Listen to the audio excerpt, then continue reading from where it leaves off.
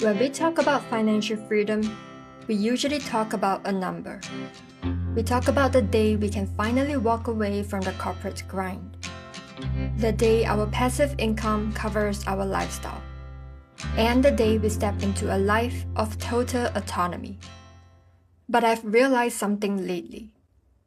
While I'm still multiple years away from that reality, I've started noticing and appreciating the tiny, quiet freedoms I have right now, even while working within the confines of a 9-to-5 corporate job.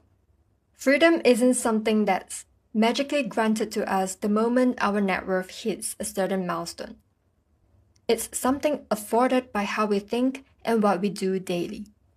It is lived in the small choices. So in this video, I want to share the daily freedoms I've started claiming and how you can too. We spend so much time thinking about financial assets, but your body is the original asset. Everything else, your work, your relationships, your ability to even pursue freedom, runs on it. Freedom is choosing what goes into your body. The food you eat directly affects your energy levels. And junk food, for all its short-term pleasure, creates spikes and crashes that leave you sluggish, foggy, and reaching for the next quick fix. When I started being more intentional about eating clean, nutritious food, I stopped needing to push through my afternoons on sheer willpower. Sustainable energy isn't glamorous, but it's quietly powerful. And having that energy, having your body working with you instead of against you, that's a form of freedom most people underestimate. This extends to how you move. Your body wasn't designed to be folded into a desk chair for 8 hours. You're built for movement. Freedom to me is being physically capable. It's climbing stairs without getting winded, squatting down, carrying my own bags, keeping my balance on a shaky train carriage, moving through my day smoothly, without aches, without stiffness. And I've made it a point to take movement breaks between tasks, not because I have to, but because I refuse to spend the tail end of every workday recovering from a day of sitting. That's freedom. This might sound almost too simple to mention, but I used to hold in my pee just to finish sending an email first. It seems small, but that habit, putting work before my most basic physical needs, is a symptom of something worth examining. It says that the email matters more than I do. Freedom is knowing that your body's needs come first. Not because you're lazy or unproductive, but because taking care of yourself is what allows you to fully show up for whatever you need to do. You cannot pour from an empty cup, and you definitely cannot focus when your bladder is screaming at you. The same goes for sleep. If I don't sleep enough, I don't just feel tired, I spend the next day living at a reduced version of myself.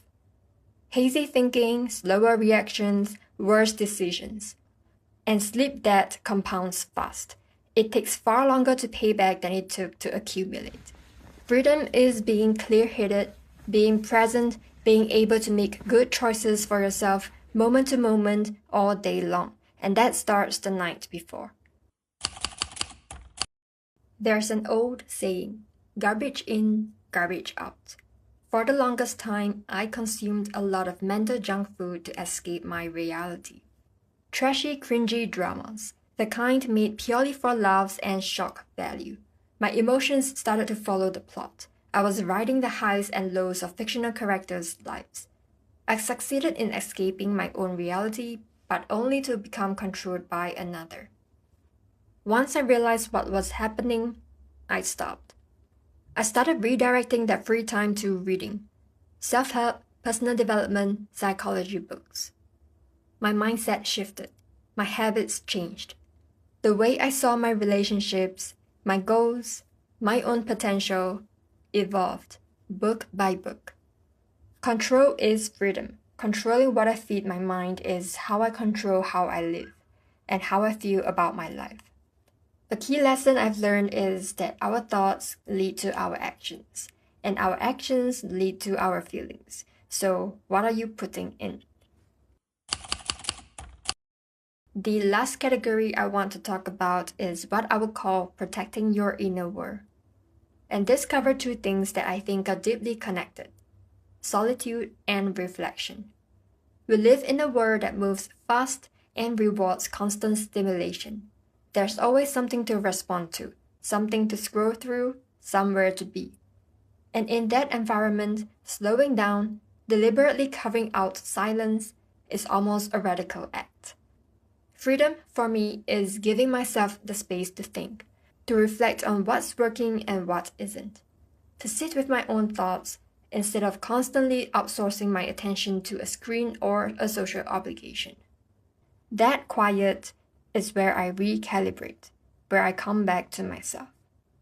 And as someone who's an extreme introvert, spending too much time with people without time alone to recover drains me physically and mentally. It builds up like a kind of static. Freedom to me is not waiting until I'm completely depleted to say no. It's proactively protecting my energy, choosing solitude before I hit the wall. Because when I do that, I show up better. For my work, for the people I care about, and for myself. You don't have to be an introvert for this to apply to you. Everyone has a threshold. The question is whether you're aware of yours and whether you're honoring it. That's what freedom looks like to me right now, in the middle of an ordinary working life. It's the food I choose, the way I move, the sleep I protect, what I let into my mind, the quiet I make room for, the boundaries I hold, even the small, mundane ones. None of these are dramatic. None of them require a certain net worth or a certain life stage. They are available to most of us, most of the time. And I think that's the point. Freedom isn't something that happens to you when circumstances finally align. It's something you practice, daily in small ways, until it becomes the texture of your life. So I will leave you with this question. What is one small freedom you already have that you might be taking for granted? Let me know in the comments and I'll see you in the next one.